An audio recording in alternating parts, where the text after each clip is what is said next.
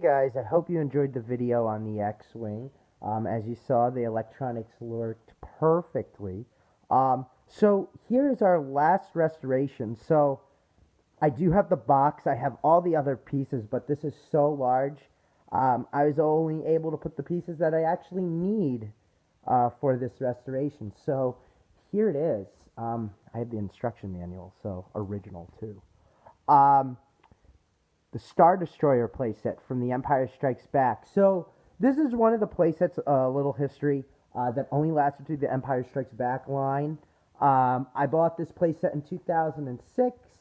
I had to replace a lot of parts. A lot of them were damaged.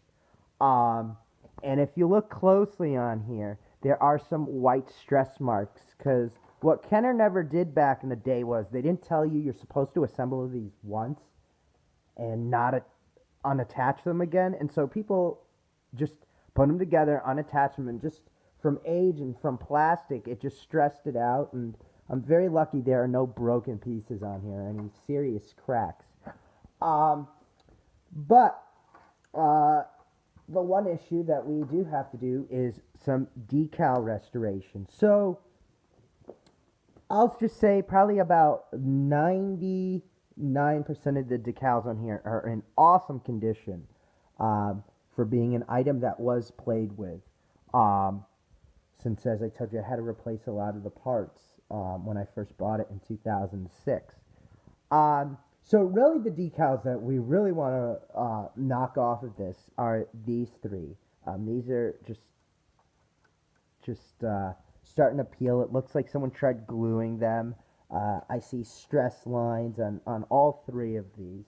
And then on this top roof, we'll just call it top roof, this one's just a goner. It's just going to look terrible glued back down.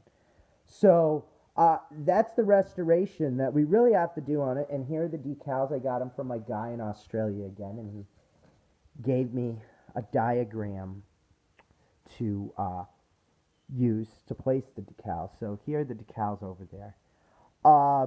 And also I found out, as you found out in the X-Wing video, we're going to be using this to clean off the residue, this pen, because we don't need to douse this underwater, because it's not that bad. But anyways, going back to this. So the Star Destroyer, I'm assuming it was popular when it came out, because if you go online, if you look for a lot of mint examples, there are not really a lot of mint examples with the box, and ones that are sealed in the box I've seen go from $300 up until $800 on eBay in the box unopened. So it's kind of difficult to find one of these loose with really good decals on it, because it's a very large play set and it didn't make it all the way through the Empire Strikes Back line, and I'm assuming it was popular too because it was Darth Vader's ship. But usually I have seen loose examples with the box, and they usually sell right away on eBay. And I was almost going to sell this because I thought we couldn't fix this, and we can.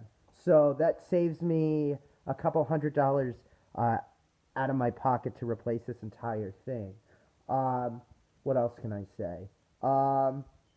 Yeah, this is actually probably one of my favorite pieces, just to add a little bit to the Empire Strikes Back line. One of my favorite pieces, though, and I kind of look at this piece kind of up there because this didn't last with the Empire Strikes Back line, was the Rebel Transport. A lot of people did not like it. It was not a seller back then because people just looked at it as just this hunk of plastic and just a figure case inside. But I like it because it's cool, and it's something that they wouldn't do nowadays. But this is a little bit less common than the Rebel Transport, since there's tons of those out there.